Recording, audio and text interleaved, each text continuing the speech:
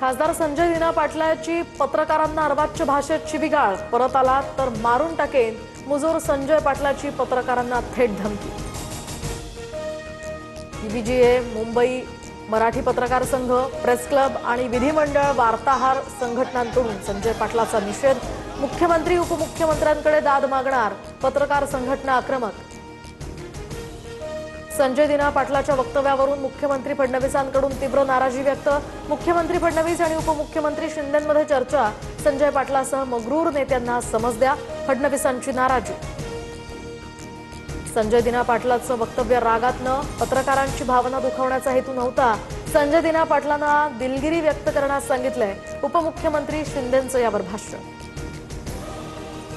पळपुट्या खासदाराकडून पत्रकारांना धमकी, मिंधेंच्या टोळीची संस्कृती जगासमोर येते, यांना लाईनीवर आणणार की नाही, आदित्य ठाकरेंचा मुख्यमंत्री फडणवीसांना सवाल। ऑपरेशन टायगर फत्ते करण्यात फडणवीसांची शिष्टाई मोलाची, खासदार फोडण्यासाठी शिंदेंना त्यांनी 5 वेळा भेटी घेतल्या, दिल्लीतनं ग्रीन सिग्नल मिळवून देण्यात फडणवीसांची मध्यस्थी, सूत्रांची माहिती। ऑपरेशन टायगरवरून आता फडणवीस आणि शिंदेंमध्ये श्रेयवाद सुरू आहे का, वडेट्टीवारांचा सवाल। तर पक्ष वेगळे पण एकमेकांना साथ देणं चुकीचं नाही, योगेश कदमांची यावर प्रतिक्रिया।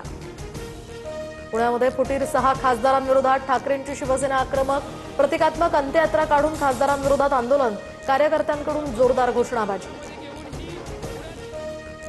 वाळू तस्कर आणि अधिकाऱ्यांचं संगनमत मोडीत काढण्यासाठी आता टास्क फोर्सची स्थापना, महसूल मंत्री चंद्रशेखर बावनकुळेंची घोषणा। ईटीएस प्रणालीद्वारे 10 वर्षांच्या अवैध उत्खननाचा हिशोब ठेवणार। व्हेनेझुएलामध्ये 126 वर्षातील सगळ्यात मोठा भूकंप, 7.1 आणि 7.5 तीव्रतेच्या भूकंपामुळे राजधानी कराकस हादरली, अनेक इमारती कोसळल्या, तर 10,000हून अधिक नागरिकांचा यामध्ये मृत्यू झाल्याची माहिती।